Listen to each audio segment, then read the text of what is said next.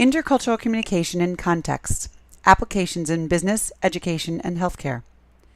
So how do we view the culture impact within its context?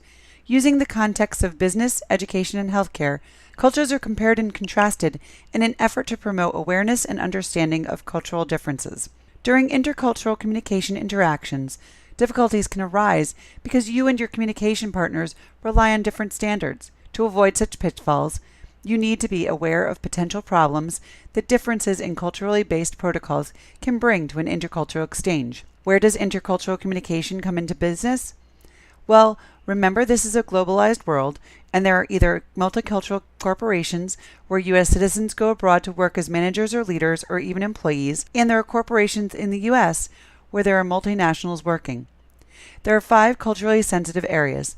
The first is business protocol that involves forms of behavior such as establishing initial contact, greeting conventions, personal appearances, gift-giving, etc.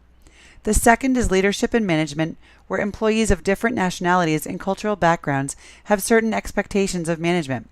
For example, in terms of organizational structure, in Northeastern Asian countries, the expectation is a vertical hierarchy, whereas in the U.S. and Western countries, it is horizontal.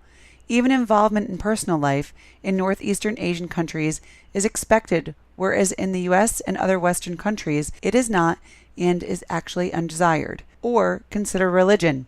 How can it affect work culture? Other areas to consider when cultural sensitivity could be violated are decision-making, negotiations, and conflict management.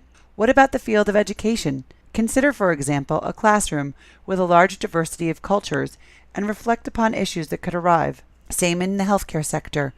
To add to the problems of healthcare diversity, there are 3 major categories of a health belief system: the supernatural, magico, religious perspective, the holistic perspective, and the scientific biomedical perspective.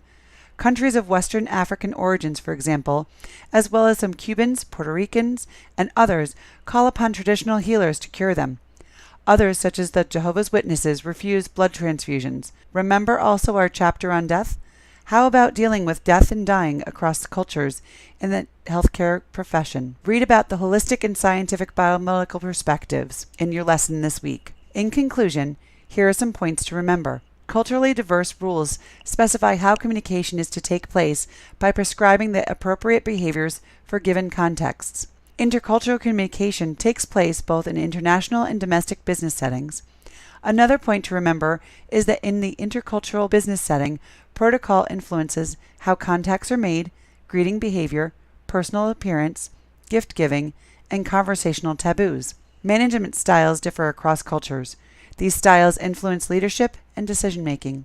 Also note that both the healthcare and education fields face the same problems with intercultural communication, and attention must be paid to them. It is natural that cultures differ in the ways they explain, treat, and prevent illness. And finally, note that conflict can frequently be reduced by identifying the cause, keeping an open mind, slowing down, and focusing on ideas rather than people.